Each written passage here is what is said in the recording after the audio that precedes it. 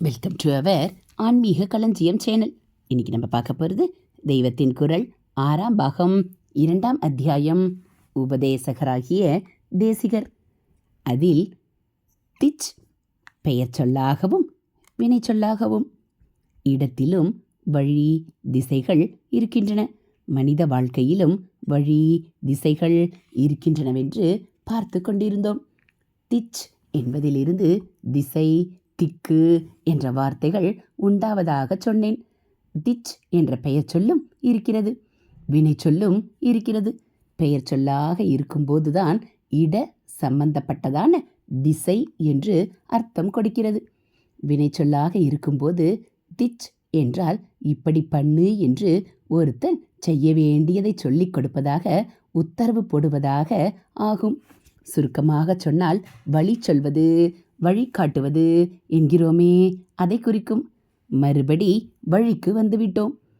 இப்படி பண்ணு என்று வழிகாட்டுவதை டைரக்ட் பண்ணுவது என்கிறோம்.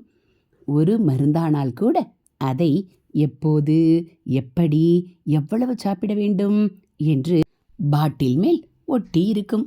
குறிப்புக்கு டைரக்ஷன் என்று பெயர் கொடுத்திருக்கிறது. டைரக்ஷன் என்றாலே திசை என்றும் அர்த்தம் இருக்கிறது. நார்த்தர் டைரக்ஷன், சதர்ன் டைரக்ஷன் என்றெல்லாம் திசைகளை சொல்கிறோம். லோகம் பூரா ஜன சமுதாயம் ஒரே சிந்தனை போக்குள்ளதாக இருக்கிறதென்று காட்டி எல்லாரையும் ஒரு குடும்பமாக ஒட்டி வைக்க இந்த மாதிரி வார்த்தை ஒற்றுமைகளே போதும். நாம் திச் என்பதற்கு சொல்லும் அதே 2 அர்த்தங்களையே அவர்களும் டைரக்ஷன் என்பதற்கு சொல்கிறார்கள். இதற்கு அடிப்படையாக வாழ்க்கையை ஒரு யாத்திரையாக, பயணமாக பார்க்கும் ஒரே சிந்தனை போக்கு தெரிகிறது. ஹரஹர சங்கர, ஜெய ஜெய சங்கர. அடுத்து தேசம், உபதேசம். இடமாக உள்ள திச்சை வைத்தே தேசம் என்ற வார்த்தை உண்டாகி இருக்கிறது. தேசம் என்பது 4 திசைகளும் வரையறுக்கப்பட்ட இடப்பரப்புதானே. பிரதேசம் என்பதும் இதே போல உண்டான வார்த்தை. செய்ய வேண்டியதை சொல்லிக் கொடுக்கும் திச் இலிருந்து ஆதேசம், சந்தேசம், உபதேசம் என்ற வார்த்தைகள் வந்திருக்கின்றன. பொதுவாக எல்லா ஜனங்களுக்கும் உள்ள திசைகளில் குறிப்பிட்ட ஜனங்களுக்கு மாத்திரம் உடைமையாக எல்லை கட்டித்தரும் பகுதி தேசம். ஆகையால் உடைமைகளையே பிரதானமாக நினைக்கும் மனுஷ்ய மனப்பான்மையின்படி அந்த வார்த்தை இடப்பரப்புக்கு மட்டுமே உரியதென்று ஆகிவிட்டது. வினை சொல்லாகவும் நல்வினையில் ஒருவரை செலுத்தும் உத்தரவாகவும் உள்ள திச்சிலிருந்து தேசம் என்ற இன்னொரு வார்த்தையை கொண்டு வராமல் தேசத்திற்கு ஆ, சம், உப என்று அடை போட்டு ஆதேசம், சந்தேசம், உபதேசம் என்ற வார்த்தைகளையே கொண்டு வந்திருக்கிறார்கள். ஆதேசம் என்றால் அதிகாரப்பூர்வமான உத்தரவு. தெய்வ கட்டளையாக வெளிப்படவோ மனசுக்குள்ளேயோ ஒன்று தோன்றுவதை கூட ஆதேசம் என்றே சொல்வது. சந்தேசம் என்றால் தகவல், செய்தி. உத்தரவு என்பதன் அதிகாரம் ஒட்டிக்கொள்ளாமல் சாதாரணமாக அனுப்பும் எல்லா மெசேஜுமே சந்தேசம்தான். ஒன்றை சொல்லிக் கொடுப்பது என்பதன் சம்பந்தமில்லாமல் உத்தேசம், ஏகதேசம் என்றும் தேசம் போட்டுக்கொண்டு 2 வார்த்தைகள் இருக்கின்றன. உத்தேசம் வெளியிலே உத்தரவாகவோ சாதாரண செய்தியாகவோ சொல்லாமல் மனசுக்குள்ளேயே ஒன்றை நினைப்பது. நிச்சயமாக தெரியாததை ஒரு குறிப்பாக அனுமானித்து சொல்லும் போதும் எத்தனை என்று சரியாக தெரியாது. உத்தேசமாக சொன்னேன் என்கிறோம். பகவானே விபூதி யோகத்தில் தாம் ஒவ்வொரு வர்க்கத்திலும் சிரேஷ்டமான எதுவாக இருக்கிறாரோ அதையெல்லாம் அடுக்கிக் கொண்டே போய்விட்டு முடிவில் இத்தனை சொன்னதும் கூட என்னுடைய அகண்ட விபூதிகளை பூராவாக அடக்கிவிடவில்லை, இவ்வளவும் கூட ஒரு குறிப்பு காட்டுவதாக சொன்னதுதான் என்னும்போது உத்தேசத புரோக்த என்றே சொல்லி இருக்கிறார். இங்கே உத்தேசம் என்பதை ஆச்சாரியால் ஏகதேசம் என்று தம்முடைய பாஷ்யத்தில் அர்த்தம் பண்ணியிருப்பதால் ஏகதேசம் என்ற வார்த்தைக்கும் குறிப்பாக தெரிவிப்பது என்ற அர்த்தம் இருப்பதாக தெரிகிறது.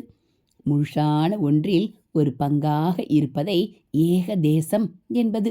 பேச்சு வழக்கில் மற்றவர்களுக்கு பங்கு தராமல் ஒருத்தரே முழுசையும் செய்தால் ஏகதேசமாக அவரே பண்ணிவிட்டார் என்கிறோம்.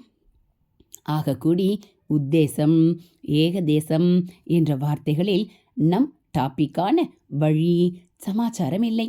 உத்தேசம் வேண்டுமானால் ஒரு வழியை யோசிப்பதாகவும் இருக்கலாம். சந்தேசத்தில் கூட வழி சொல்வது இருந்து தானாக வேண்டும் என்றில்லை. ஆதேசம் ஏதோ ஒரு வழியில்தான் போகணுமென்று கட்டாயமாகவே கட்டளை போட்டு விடுகிறது. பாக்கி இருக்கிற வார்த்தை உபதேசம். அதை சொல்லத்தான் இத்தனை பீடிகையும் போட்டது. உபதேசம் என்றவுடன் குரு சிஷ்யர்கள் நினைவு வந்து விடுகிறது. உபதேசம் கொடுக்க குருவும் பெற சிஷ்யனும் இல்லாமல் உபதேசம் என்பதே கிடையாது. எவரும் எவருக்கும் எதையும் சொல்வது சந்தேசம். கேட்பவனுக்கு நல்லதோ இல்லையோ அவன் கேட்டுத்தானாக வேண்டும் என்று ராஜா மாதிரி உயர்ந்த ஸ்தானத்தில் இருப்பவன் பிரஜை மாதிரி கீழ் ஸ்தானத்தில் இருப்பவனுக்கு சொல்வது ஆதேசம். கேட்பவனின் நல்லதற்காகவே குரு என்பவர் சிஷ்யனுக்கு சொல்வது உபதேசம்.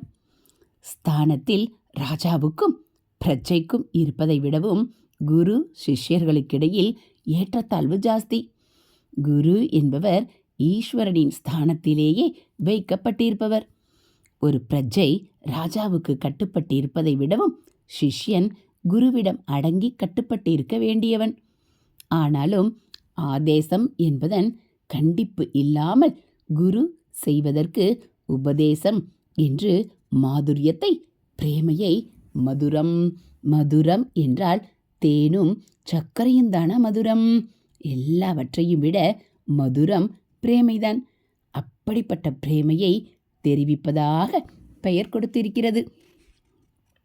ஹரஹர சங்கர ஜெய ஜெய சங்கர, ஹரஹர சங்கர ஜெய ஜெய சங்கர. மகா பெரியவா சரணம். இதுபோல் தெய்வத்தின் குரல் பகுதிகளை நீங்கள் தினந்தோறும் கேட்கணும் அப்படின்னா மறக்காமல் நம்ம சேனலை சப்ஸ்கிரைப் பண்ணுங்கள். கூடவே பெல்லைக்கானை கிளிக் பண்ணி ஆளுங்கிற பட்டனையும் அழுத்திடுங்க. நம்ம சேனலில் வரக்கூடிய தெய்வத்தின் குரல் பகுதிகள், மகாபிரிவ மகிமை, மகாபிரிவ அருள்வாக்கு, ஆன்மீக கதைகள், ஆன்மீக தகவல்கள், ஸ்லோகங்கள், ஆலய உலா எல்லாம் உங்களுக்கு பிடிச்சிருந்தா ஒரு லைக்கும் கமெண்ட்டும் கொடுத்து உங்களுக்கு தெரிஞ்சவங்களுக்கும் ஷேர் பண்ணுங்க.